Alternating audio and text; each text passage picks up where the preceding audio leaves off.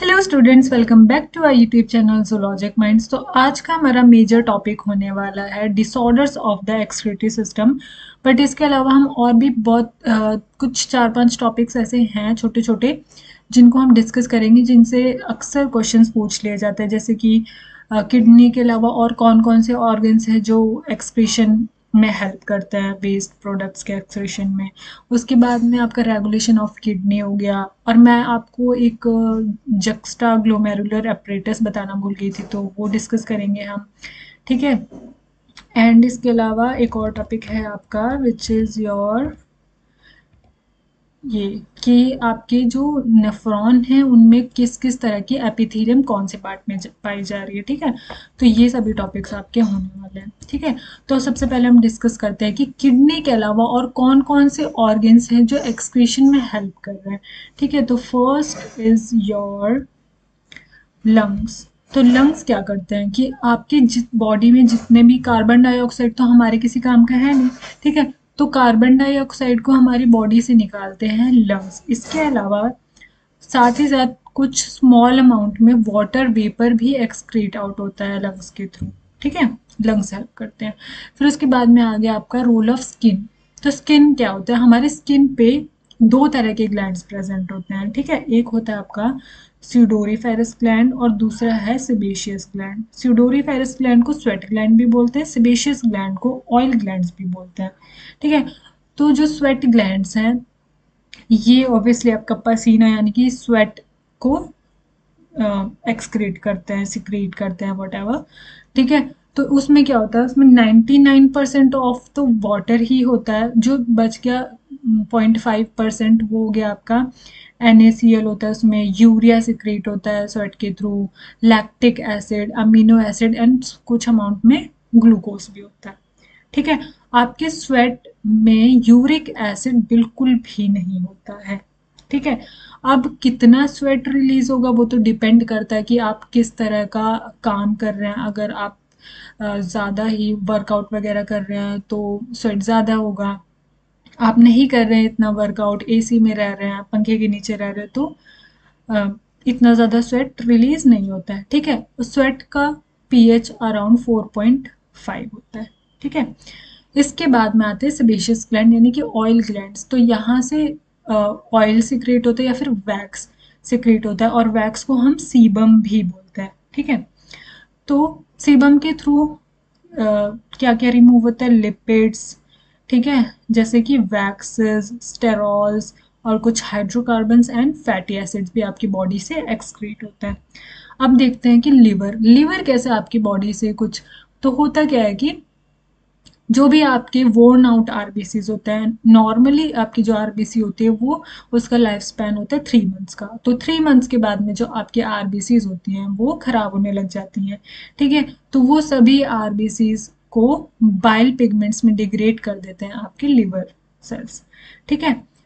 तो फिर उन सभी जो आपके बाइल पिगमेंट्स होते हैं उसको हमारे जो फीसेस होता है, हमारा एक्सक्रीटा होता है, उसके थ्रू सभी बाइल पिगमेंट्स एक्सक्रीट हो जाते हैं आपके बॉडी से। इसके अलावा लिवर सेल्स है ना, आपके कोलेस्ट्रॉल और कुछ स्टेरॉयड हार्मोन्स को एंड वाइटामिन और कुछ कुछ ड्रग्स। ठीक है। यानी कि कुछ cholesterol, steroid hormones, vitamin and drugs, इन सभी को भी लिवर सेल्स जो है वो एक्सक्रीट करने में हेल्प करते हैं। ठीक है। इसके अलावा इंटेस्टाइन, तो इंटेस्टाइन क्या करते हैं, कुछ जो एक्सेसिव सॉल्ट्स होते हैं, ठीक है, जो कैल्शियम सॉल्ट्स होते हैं, उनको फीसेस के थ्रू एलिमिनेट करने में हेल्प करते हैं। इसके अलावा आपके सलाइवरी ग्लैंड्स जो होते हैं हमारे बक्कल कैविटी में प्रेजेंट है, इनसे भी कुछ अमाउंट में यूरिया एक्सक्रीट होती है। ठीक है। तो ये था आपका कि किडनी के अलावा और कौन कौन से ऑर्गन्स है जो एक्सक्रीशन में हेल्प कर रहे हैं। ठीक है। अब आ गया हमारा मेजर टॉपिक आज का, which is your disorders of excretory system. ठीक है। तो पहला डिसऑर्डर है हमारा नेफ्राइटिस। आइटिस जहाँ पे भी लगा हो, आपको सबसे पहले ही समझ जाना है कि यहाँ पे बात हो रही है इन्फ्लामेशन की। ठीक है। और नेफ्रा का मतलब यानी कि NEPHR वट एवर जो भी लिखा है, इसका मतलब आपका ये किडनी के बारे में बात हो रही है। ठीक है। तो यानी यहाँ पे क्या होता है कि आपकी किडनी में हो जाती है इन्फ्लामेशन। ठीक है। किडनी के कौन से जो ग्लोमेरुलर वाला पार्ट होता है, या फिर मैं और भी अगर स्पेसिफिकली बात करूं, तो आपका जो ग्लोमेरुलर में फिल्ट्रेशन मेम्ब्रेन बन रही होती है, ठीक है, एफरेंट आर्टरी और इफरेंट आर्टरी के से जो आपका कैपिलरीज बन रही थी, तो वहाँ पे एक फिल्ट्रेशन मेम्ब्रेन बन रही थी ना, तो उस वो फिल्ट्रेशन मेम्ब्रेन ही आपकी ख़राब हो जाती है, ठीक है, जिसकी वजह से क्या होता है कि अच्छे से आपका फिल्ट्रेट जो है ना वो अच्छे से छनता नहीं है, तो उसमें बहुत सारे यूज़फुल प्रोडक्ट्स भी चले जाते हैं, तो वो वाला आपका फिल्ट्रेशन मेम्ब्रेन हो जाती है नॉन फंक्शनल, ठीक है, तो ब्लड अच्छे से फिल्टर नहीं हो पाता है, तो वहाँ से बहुत सारे यूज़फुल प्रोटीन्स जो होती है ना वो भी अलोंग विद फिल्ट्रेट आपकी चली जाती हैं, ठीक है। तो ये हो गया आपका नेफ्राइटिस, इसको ब्राइट्स डिजीज भी बोलते हैं। फिर आ गया आपका हाइपर टेंशन, ठीक है, तो हाइपर टेंशन क्या होता है, जो रेनिन होती है ना, रेनिन इसको जेजी सेल्स यानी जक्स्टा ग्लोमेरुलर सेल्स रिलीज करते हैं। अभी आपको जब मैं जेजी अपरेटस बताऊंगी तो उसमें बताऊंगी ये कैसे रिलीज हो रही है ना, ठीक है। तो जो ये रेनिन होता है जिसको जेजी सेल्स रिलीज करते हैं, ये क्या करती हैं कि एंजियोटेंसिन को फॉर्म करती हैं। ये अभी आपको आगे और अच्छे से समझ आएगा जब रेनिन जे जी एपरेटस बताऊंगी, रास सिस्टम बताऊंगी, तो आपको ज़्यादा अच्छे से क्लियर हो जाएगा, ठीक है। तो रेनिन की वजह से फॉर्म होता है एंजियोटेंसिन, और एंजियोटेंसिन की वजह से हो जाता है हाइपरटेंशन, ठीक है। फिर आपका थर्ड है विच इज़ योर रीनल कैलिकुलाई, जिसको किडनी स्टोन भी बोलते हैं, ठीक है। तो इसमें क्या होता है कि कुछ इनसॉल्युबल सॉल्ट्स का डिपोजिशन हो जाता है, ठीक है। आपकी जो किडनी की इनर लाइनिंग है वहाँ पे इनका डिपोजिशन हो जाता है, और इवेंचुअली वो डिपोजिशन होते होते उसका साइज जो है बड़ा हो जाता है, ठीक है। तो इसी को हम बोलते हैं किडनी स्टोन, ठीक है। अब आ जाते हैं रीनल ट्यूबुलर एसिडोसिस। तो इसमें क्या होता है कि आपका जो हाइड्रोजन आयंस है ना, H+ आयंस हैं, ठीक है, वो सिक्रेट नहीं हो पाते हैं, तो उसकी वजह से क्या होता है कि आपको रीनल ट्यूबुलर एसिडोसिस हो जाता है। तो यहाँ पे नाम से ही पता चल रहा होगा एसिडोसिस है ना। तो ये जो H+ आयंस है ये तो एसिडिक नेचर के ही होते हैं, ठीक है, तो इनके इस वजह से हाइड्रोजन आयन की जो कंसंट्रेशन है उसकी ज़्यादा हो जाती है, इसी वजह से रीनल ट्यूबुलर एसिडोसिस हो जाता है। फिर बात करते हैं एडीमा। तो एडीमा मैंने आपको पहले भी बताया था डाइजेशन वाले चैप्टर में। एडीमा क्या होता है कि जहाँ अगर आपकी बॉडी टिश्यूज़ में फ्लूइड का रिटेंशन हो रहा है, ठीक है, तो उस कंडीशन को ही बोलते हैं हम एडीमा, ठीक है। फिर तो इसमें क्या होता है कि access sodium ions results in the increase in the volume of interstitial fluid without a change in their osmolarity, ठीक है। अब बात करते हैं रीनल फेल्योर, ठीक है। तो renal failure is the decrease in the glomerular filtration in humans. तो आपका जो जीएफआर है, ठीक है, वो कम हो जाता है, इसी की वजह से होता है आपका रीनल फेल्योर। तो इसमें क्या होता है कि आपकी दोनों की दोनों ही किडनी डैमेज हो जाती हैं और वो पूरी तरीके से काम करना बंद हो जाती हैं। इसका एक सिम्टम कह सकते हैं हम वो क्या होता है आपका स्कैंटी यूरिन, ठीक है। तो यूरिन का प्रोडक्शन अच्छे से नहीं हो पाता है। अब इसका उपाय क्या है, ठीक है, तो इसका यही है कि अगर आपका रीनल फेलियर हो जाता है यानी कि आपकी किडनी खराब हो जाती है, किडनी नॉन फंक्शनल हो जाती है, तो इसके लिए आपको किडनी ट्रांसप्लांट कराना पड़ता है, ठीक है, किडनी ट्रांसप्लांट कराना पड़ता है। अब किडनी ट्रांसप्लांट कराते टाइम आपको एक चीज़ तो पता ही होगा कि हमें कंपैटिबिलिटी देखनी पड़ती है ना, कि आपकी जो किडनी है डोनर से वो कितना मैच कर रही है। तो उसके लिए सबसे पहली एक चीज़ तो होता है कि हम ब्लड ग्रुप मैचिंग तो करते ही करते हैं, ठीक है, कि जो डोनर है वो आपको डोनेट कर भी सकता है या फिर नहीं कर सकता। उसके बाद में हम टिश्यू मैचिंग भी करते हैं, ठीक है। तो उसमें हमें जो सबसे क्लोज रिलेटिव्स हैं, सबसे क्लोज रिलेटिव्स जो है ना उनको प्रेफर करना चाहिए। क्यों? क्योंकि उनके साथ में आपकी टिश्यू की मैचिंग सबसे ज़्यादा होगी, ठीक है। बट ये जो किडनी ट्रांसप्लांटेशन का जो प्रोसीजर है, कोई ज़रूरी नहीं कि ये 100% सही ही हो, मतलब सक्सेसफुल ही हो। इसमें बहुत तरह की कॉम्प्लिकेशंस होती हैं, तो इसमें कई बार हमें जब सर्जरी होती है इसकी आपके उस टाइम पे तो इम्यूनो सप्रेसेंट्स देते हैं। इसके अलावा हो सकता है कि आपको पूरी लाइफ टाइम ही इम्यूनो सप्रेसेंट लेने पड़े, क्योंकि आपकी बॉडी उस फॉरेन ऑर्गन को कई बार रिजेक्ट करने लग जाती है। ठीक है, इसके बाद में आता है आपका यूरेनिया। तो यूरेनिया में क्या होता है कि आपके ब्लड में ये बहुत सारे बच्चों को कंफ्यूजन रहता है कि यूरिन में यूरिया ज़्यादा हो जाता है। अरे भाई, यूरिन में तो यूरिया होगा ही होगा, उसमें तो कोई दिक्कत नहीं है। आपको यहाँ पे ध्यान रखना है कि आपके ब्लड में यूरिया का एक्यूमुलेशन हो जाता है। ठीक है, तो ब्लड में यूरिया का अमाउंट ज़्यादा हो गया। ठीक है, तो इसके लिए क्या करते हैं कि इसके लिए एक आर्टिफिशियल किडनी लगाई जाती है आपके बॉडी में, जिसको बोलते हैं हीमो डायलिसिस, इस प्रोसेस को बोलते हैं। ठीक है, तो ये प्रोसेस हम अभी डिस्कस करेंगे डिटेल में। इसमें से काफ़ी क्वेश्चंस भी पूछे जाते हैं हीमोडायलिसिस से। ठीक है, उसके बाद में है आपका गाउटी। तो गाउटी में क्या होता है, आपके जो ब्लड है, ब्लड में यूरिक एसिड का एक्यूमुलेशन हो जाता है, तो उस कंडीशन को बोलते हैं गाउटी। फिर आता है पॉलीयूरिया। तो इसमें आपको बहुत फ्रीक्वेंट यूरिनेशन होने लग जाती है, बहुत ज़्यादा आपको कई बार वॉशरूम जाना पड़ता है। फिर आता है ओलिगोयूरिया। इसमें स्कैंटी यूरिन होती है, मतलब का आपकी इतना मतलब यूरिन अच्छे से होती नहीं, बहुत कम अमाउंट में होती है। फिर आता है डिसयूरिया। यूरिन पास करते टाइम अगर आपको पेन होता है तो उसको उस कंडीशन में बोलते हैं डिसयूरिया। फिर एनयूरिया, मतलब यूरिन बिल्कुल हो ही नहीं रही है आपको। ठीक है, तो ये सभी हो गए डिसऑर्डर्स। अब हम डिस्कस करते हैं डायलिसिस। ठीक है, तो ये बहुत ही ज़्यादा इम्पॉर्टेंट है। इसको कब परफॉर्म करते हैं? डायलिसिस को परफॉर्म करते हैं जब हमें ऑब्वियसली हम यहाँ पे यूरिया को बाहर ब्लड से यूरिया को निकालने के लिए हम यहाँ पे परफॉर्म कर रहे हैं। ठीक है, तो वेस्ट प्रोडक्ट्स को निकालने के लिए, टॉक्सिन्स को निकालने के लिए, एक्सेस फ्लूइड को ब्लड से निकालने के लिए यूज़ करते हैं। ठीक है, so haemodialysis is a medical procedure to remove waste products, toxins and excess fluid from the blood when the kidneys are no longer able to perform these functions. ठीक है, so your kidney is now non functional. ठीक है, तो इसके लिए क्या करते हैं कि एक एक्सटर्नल फिल्टर लगाते हैं जिसको हम बोलते हैं डायलाइजर। ठीक है, तो ये है आपका डायलाइजर। ठीक है, ये एक्सटर्नल फिल्टर हो गया, ये डायलाइजर।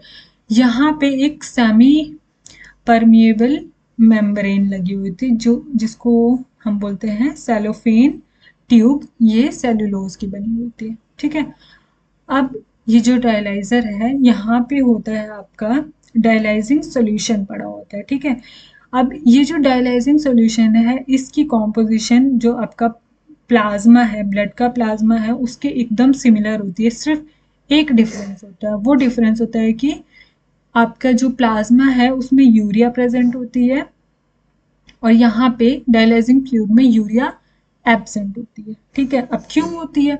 इसलिए होती है ताकि अब जब आपकी बॉडी, आपकी जो ब्लड है, ब्लड में यूरिया है, ठीक है, और यहाँ पे डायलाइजिंग फ्लूइड में यूरिया नहीं है, तो जब आपका ब्लड यहाँ सेलोफेन ट्यूब के थ्रू आएगा तो यहाँ पे ऑस्मोलैरिटी में डिफरेंस दिखेगा। तो जब यूरिया यहाँ ब्लड में है, ठीक है, और यहाँ पे नहीं है, डायलाइजिंग फ्लूइड में नहीं है, तो क्या होगा कि जो यूरिया है वो पैसिवली आपके ब्लड से निकल के यहाँ डायलाइजिंग फ्लूइड के अंदर आ जाएगा। ठीक है, तो ये पर्पस है यहाँ पे यूरिया ना होने का डायलाइजिंग फ्लूइड में। ठीक है, तो ये हो गया सेटअप आपका डायलाइजर का। अब देखते हैं कि ये परफॉर्म कैसे किया जाता है। ठीक है, तो ये आपकी बॉडी है, आपकी बॉडी में से कोई भी कन्वीनियंट आर्टरी, अब कन्वीनियंट आर्टरी किसी आर्टरी का नाम नहीं है। कन्वीनियंट आर्टरी कहने से ये मतलब है कि जिस भी आर्टरी से आप जो आर्टरी आपके लिए आसानी से अप्रोचेबल हो। ठीक है, जो आर्टरी आपको आसानी से मिल रही है। ठीक है, जैसे कि रीनल आर्टरी हो गई, तो रीनल आर्टरी से ब्लड निकालेंगे। ठीक है, और उसको लेके जाएंगे हम 0 डिग्री टेम्परेचर पे। ठीक है, 0 डिग्री टेम्परेचर पे लेके गए और उसमें हमने मिला दिया एंटी कोगुलेंट, जैसे कि हिपैरिन। एंटी कोगुलेंट मिला दिया ताकि उसमें कोगुलेशन ना हो जाए। ठीक है, अब ये जो ब्लड है इसको हम पास करेंगे इस डायलाइजर के जो सेलोफेन ट्यूब बनी हुई है उसके थ्रू। ठीक है। अब जैसे मैंने आपको बताया कि आपके ब्लड में यूरिन है, सॉरी यूरिया है ज़्यादा, यहाँ डायलाइजिंग फ्लूइड में नहीं है, तो सारी यूरिया यहाँ से आपके ब्लड से निकल के यहाँ पे चली जाएगी। ठीक है, यहाँ पे चली जाएगी, डायलाइजिंग फ्लूइड में सारी यूरिया बाहर निकल जाएगी। ठीक है, अब आपका ब्लड हो गया साफ। ठीक है, फिर क्या होगा कि यहाँ से जो कन्वीनियंट वेन है जैसे कि रीनल वेन, ठीक है, यहाँ से ब्लड जो है वो वापस आपकी बॉडी में चला जाएगा। ठीक है, अब जब यहाँ पे ब्लड से आपकी यूरिया पैसिवली डायलाइजिंग फ्लूइड में एंटर करती है तो होता क्या है कि यहाँ से जो भी डायलाइजिंग फ्लूइड जिसमें यूरिया आ गई वो सारा का सारा यहाँ से निकाल देते हैं, फिल्टर आउट कर देते हैं। ठीक है, और जो फ्रेश डायलाइजिंग फ्लूइड है उसको यहाँ पे डायलाइजर में वापस भर देते हैं। तो ये पूरा प्रोसेस आपका चलता रहता है तब तक जब तक आपका पूरा ब्लड फिल्टर नहीं हो जाता है। ठीक है, so this was your haemodialysis. ठीक है, चलो तो अब हम आगे बढ़ते हैं रेगुलेशन ऑफ किडनी फंक्शन में। तो किडनी को तीन तरह से रेगुलेट करते हैं, एक तो हाइपोथैलेमस के थ्रू, दूसरा आपका जेजी apparatus के थ्रू, ठीक है, एंड तीसरा आपका हार्ट के थ्रू। ठीक है, तो सबसे पहले हाइपोथैलेमस के थ्रू कैसे होता है। तो आपको एक चीज़ भाई आप अपने माइंड में रख लो, जब भी मैं कहूँ कि जीएफआर कम है तो आपको ऑटोमेटिकली अपने माइंड में रख लेना है कि ब्लड वॉल्यूम भी कम होगा, और ब्लड वॉल्यूम कम होगा तो ब्लड प्रेशर भी कम होगा। ठीक है, तो जीएफआर ये हाइपोथैलेमस ये कैसे ऑपरेट होता है। ठीक है, जब आपका जीएफआर कम होगा, ठीक है, तो जीएफआर कम होने की वजह से ब्लड वॉल्यूम भी कम होगा, ब्लड प्रेशर भी कम होगा। ठीक है, उसकी वजह से क्या होगा कि आपके जो ब्लड की ऑस्मोलैरिटी है वो इंक्रीज हो जाएगी। ठीक है, आयनिक कंसेंट्रेशन ज़्यादा हो जाएगा। ठीक है, तो ब्लड की ऑस्मोलैरिटी ज़्यादा होने की वजह से क्या होगा कि जो आपके हाइपोथैलेमस में ऑस्मो रिसेप्टर्स होंगे ना वो स्विच ऑन हो जाएंगे। ठीक है, अब ऑस्मो रिसेप्टर्स क्या करेंगे, वो चेंज डिटेक्ट करेंगे ऑस्मोलैरिटी में और सिग्नल सेंड कर देंगे आपके पोस्टीरियर पिट्यूटरी में। ठीक है, अब पोस्टीरियर पिट्यूटरी क्या करेंगे कि एडीएच हार्मोन रिलीज करेंगे। ठीक है, एंटी डायूरेटिक हार्मोन। अब एडीएच क्या करेगा, आपके डीसीटी एंड कलेक्टिंग डक्ट पे क्या करेगा, वर्क करेगा। ठीक है, कलेक्टिंग डक्ट पे, फिर उससे क्या होगा, H2O का रीअब्जॉर्प्शन हो जाएगा। ठीक है, उससे क्या होगा, रीअब्जॉर्प्शन होगा। ठीक है, वासा रेक्टा में सारा ब्लड चला गया, यानी कि आपके सॉरी वासा रेक्टा में H2O चला गया, यानी कि आपके ब्लड कैपिलरीज में वाटर आ गया, तो उससे क्या होगा, ब्लड वॉल्यूम बढ़ जाएगा, अल्टीमेटली जीएफआर भी बढ़ जाएगा।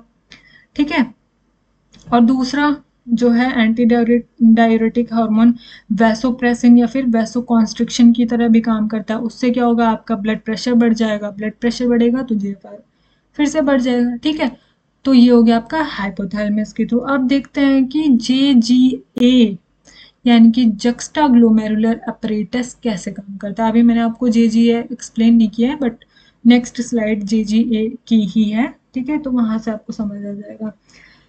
तो होता क्या है, जेजीए कब काम करते हैं, ये भी जब आपका जीएफआर लो होता है तब काम करता है। ठीक है, तो जीएफआर जब लो होगा तो यहाँ से सिग्नल जाएगा आपके जेजी सेल्स को।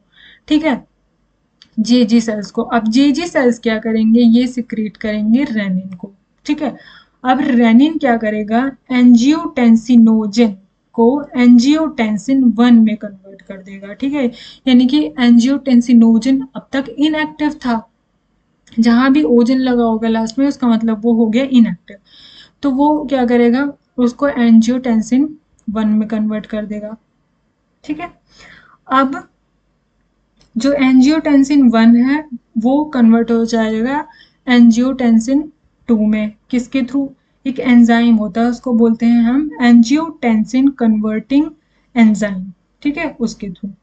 अब ये जो एंजियोटेंसिन 2 है, ठीक है, ये तीन चीजों पे एक्ट करता है, एक आपके पीसीटी पे, एक एड्रिनल कॉर्टेक्स पे, ठीक है, और दूसरा काम होता है इसका वैसो कॉन्स्ट्रिक्शन का।